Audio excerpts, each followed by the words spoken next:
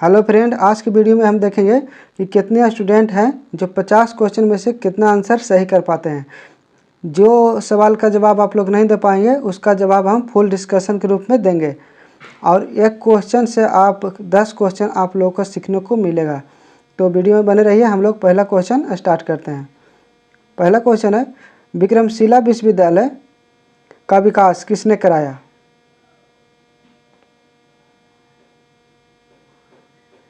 विक्रमशिला विश्वविद्यालय का विकास किसने कराया? तो इसका राइट आंसर हो जाएगा धर्मपाल। धर्मपाल हो जाएगा। धर्मपाल पाल वंश का दूसरा शासक था और वह पाल राजवंशों के संस्थापक गोपाल के पुत्र और उत्तराधिकारी थे। उसके बाद दूसरा क्वेश्चन में हम लोग चलेंगे।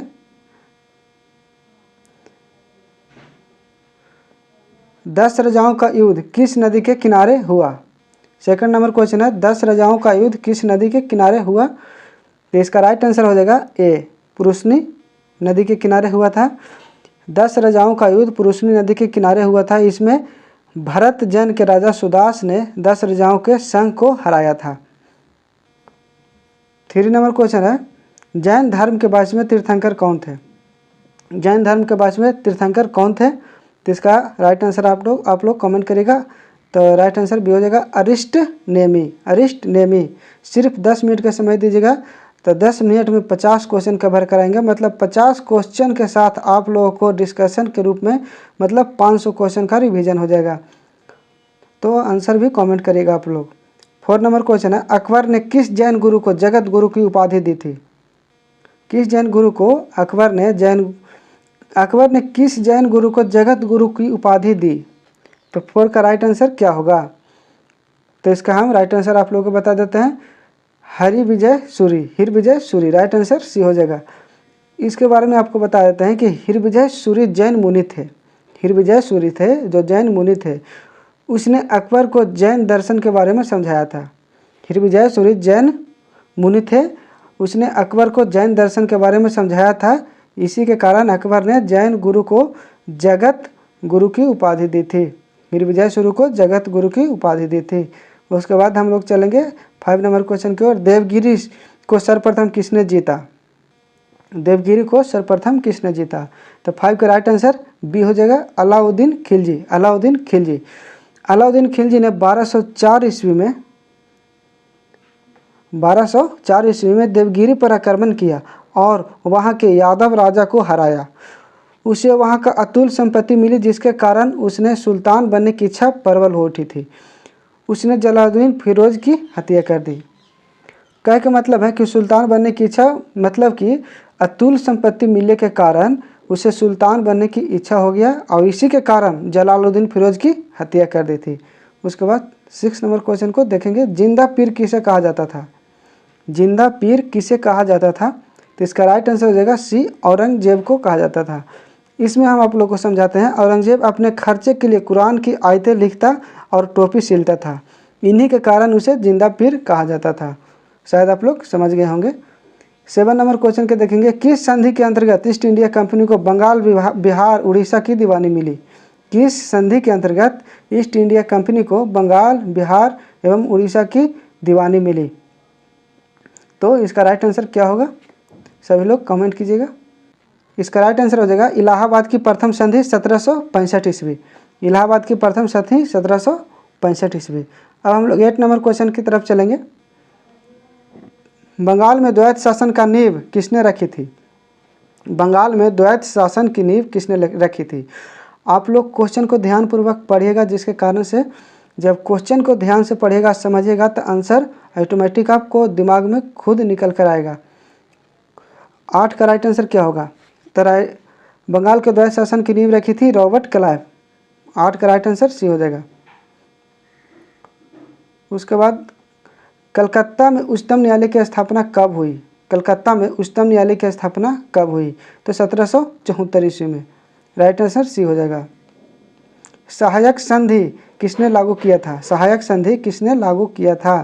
तो 10 का राइट आंसर हो जाएगा ए, लॉर्ड। 10 का राइट आंसर हो जाएगा लॉर्ड वेलेस्ली। Lord Wellesley. सत्य शोधक समाज की स्थापना किसने की थी? 11 नंबर क्वेश्चन को आप लोग समझिएगा, सत्य शोधक समाज की स्थापना किसने की थी? इसका राइट आंसर हो जाएगा डी, ज्योतिबा फुले। आपको इसके बारे में डिस्कस कर देते हैं थोड़ा सा कि ज्योतिबा फुले एक विचारक, समाज सुधारक, लेखक और दार्शनिक थे। उन्होंने महाराष्ट्र में 1873 ईस्वी में सत्य शोधक समाज की स्थापना की थी। उसके बाद हम लोग चलेंगे, भारतीय होम रूल लीग के पहले अध्यक्ष कौन थे? भारतीय होम रूल लीग के पहले अध्यक्ष कौन थे? तो इसका राइट आंसर हो जाएगा Annie Besant. Right answer Annie Besant हो जाएगा। बाल गंगाधर तिलक ने अप्रैल 1916 ईस्वी में भारत में इंडियन होम रूल लीग की स्थापना की थी, जबकि एनी बेसेंट ने सितंबर 1916 में होम रूल लीग की स्थापना की थी। सीमांत गांधी के नाम से जाना जाता है। सीमांत गांधी के नाम से किन्हें जाना जाता है? तो खान अब्दुल गफ्फार खान को। राइट आंसर यहाँ पे ए हो जाएगा। उसके बाद हम लोग चलेंगे 14 नंबर क्वेश्चन की तरफ। निम्न में से कौन सा शब्द भारतीय संविधान की प्रस्तावना में नहीं लिखा है? कौन सा शब्द है जो भारतीय संविधान के प्रस्तावना में नहीं लिखा है? संप्रभु, समाजवादी, राष्ट्रनिरपेक्ष और लोकतांत्रिक। क्या होगा राइट आंसर? आप लोग कमेंट करके बताइएगा। तो 14 का राइट आंसर राष्ट्रनिरपेक्ष। 14 का राइट आंसर सी हो जाएगा। यहाँ पे मार्क कर दें, राइट आंसर सी होगा, राष्ट्रनिरपेक्ष भारतीय संविधान में प्रस्तावना में नहीं लिखा है। के एम मुंशी का संबंध किससे है? के एम मुंशी का संबंध किससे है? 15 नंबर क्वेश्चन है, के एम मुंशी का संबंध किससे है? आप सभी लोग जवाब देने का प्रयास कीजिएगा। तो राइट आंसर हो जाएगा, क्या होगा? संविधान की प्रारूप समिति से। संविधान के प्रारूप समिति से। राइट आंसर ये हो जाएगा। 16 नंबर क्वेश्चन देखेंगे, भारत के संविधान में मूल कर्तव्यों को कब जोड़ा गया था? भारत के संविधान में मूल कर्तव्यों को कब जोड़ा गया था? तो 16 का राइट आंसर हो जाएगा 1976 में। कब जोड़ा गया था? तो 1976 में जोड़ा गया था। 17 नंबर क्वेश्चन को देखेंगे, लेखानुदान संघ सरकार को कौन सी अनुमति प्रदान करता है? लेखानुदान जो है संघ सरकार को कौन सी अनुमति प्रदान करता है? तो 17 के राइट आंसर आप लोग कमेंट करके बताइएगा क्या होगा, सोचिए थोड़ा। तो इसका राइट आंसर होगा डी, निश्चित अवधि के लिए भारतीय संचित निधि से धन निकालने की अनुमति। 18 नंबर क्वेश्चन को देखेंगे, उच्च न्यायालय के मुख्य न्यायाधीश की नियुक्ति में कौन भाग नहीं लेता है?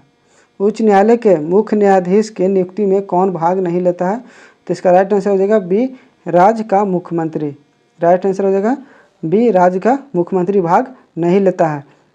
19 नंबर क्वेश्चन को देखेंगे, राष्ट्रीय आपातकाल की घोषणा करने के लिए सशस्त्र विद्रोह शब्द का संविधान में कब जोड़ा गया है?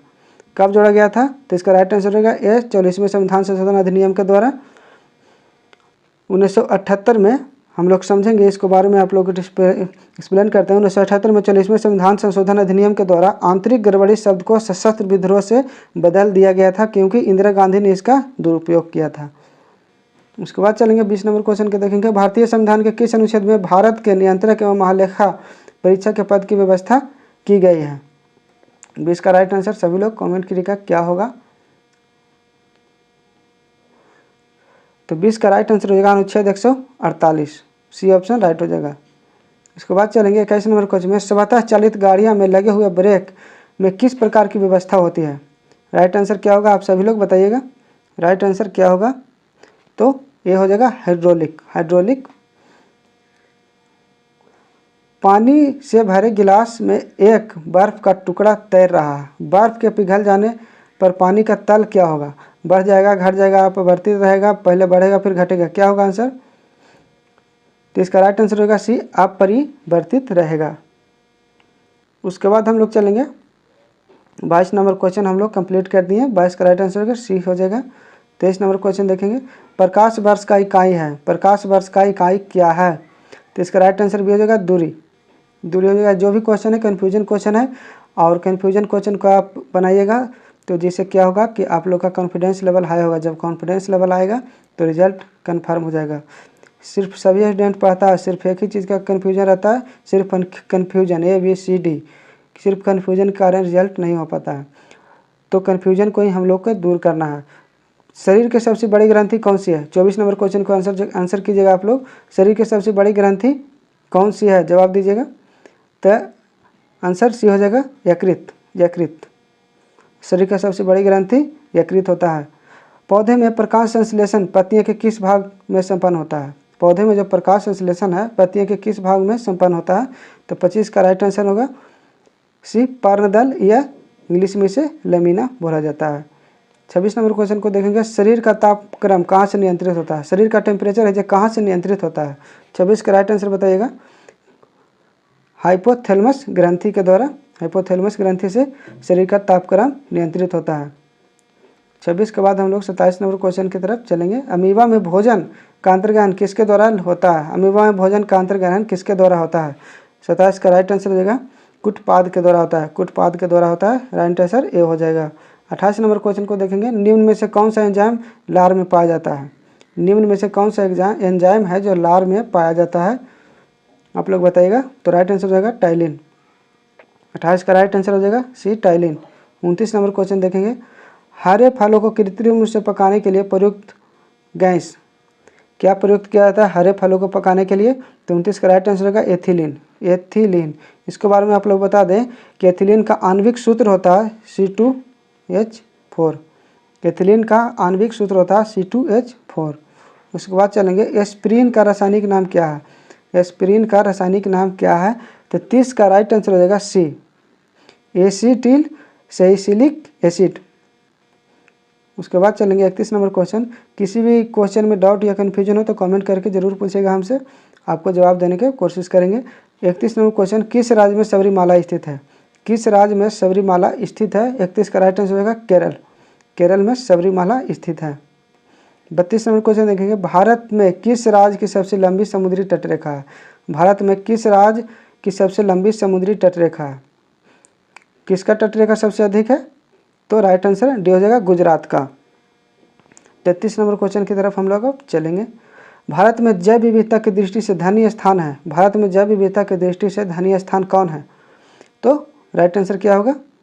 पश्चिमी घाट, पूर्वी घाट, थार रेगिस्तान, बंगाल की खाड़ी। तो यहाँ पे राइट आंसर हो जाएगा पश्चिमी घाट। पश्चिमी घाट भारत में जैव विविधता की दृष्टि से धन्य स्थान है पश्चिमी घाट। आप लोगों को बता देते हैं कि यहाँ पे इस तरीके से भारत है, भारत देश है हमारा, जिसमें ये हो गया पूर्वी घाट, ये हो गया पश्चिमी घाट, ये हो गया पूर्वी घाट है, ये पश्चिमी घाट है। तो इसी को कह रहा है कि जैव विविधता की दृष्टि से धन्य स्थान कौन है? तो पश्चिमी घाट। पश्चिमी घाट में जैव विविधता अधिक होता है। इसको मैं बताएंगे कि पूर्वी घाट और पश्चिमी घाट, समझिएगा, पूर्वी घाट और पश्चिमी घाट को मिलने से नीलगिरी का निर्माण होता है। नीलगिरी 3 राज्यों में फैला हुआ है, केरल, कर्नाटक और तमिलनाडु। और नीलगिरी की ऊंची चोटी का नाम है दोदा बेटा। दोदा बेटा, और उसके नीचे एक तमिलनाडु में पहाड़ है जो दक्षिणी भारत के सबसे ऊंचा पर्वत कहा जाता है, जो पर्वत का नाम है अन्नामलाई। अन्नामलाई तमिलनाडु में है। अन्नामलाई की ऊंची चोटी का नाम है अनायमुडी। अन्नामलाई की ऊंची चोटी का नाम है अनायमुडी। आप लोग समझ गए होंगे। तो 33 का राइट आंसर हो जाएगा पश्चिमी घाट जैव विविधता की दृष्टि से धन्य स्थान है। 33 के बाद 34 नंबर क्वेश्चन को हम लोग कवर करेंगे। क्या होगा? सेतु समुद्रम परियोजना जिन्हें जोड़ती है वे है, सेतु समुद्र परियोजना जिन्हें जोड़ती है वे है, तो कौन है? तो राइट आंसर सी हो जाएगा मन्नार की खाड़ी और पाक की खाड़ी। मन्नार की खाड़ी और पाक की खाड़ी। जनसंख्या की वृद्धि का सर्वाधिक प्रतिशत किस महाद्वीप के देशों में देखा गया है? तो 35 के राइट आंसर आप लोग कमेंट करिएगा। एशिया में देखा गया है। एक सींग वाला गैंडा कहाँ पाया जाता है? एक सींग वाला गैंडा पूछ रहा है कहाँ पाया जाता है?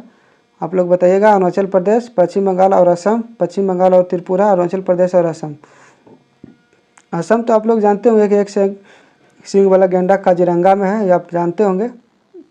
लेकिन आप लोग बताइए डबल ऑप्शन वाला कौन हो सकता है?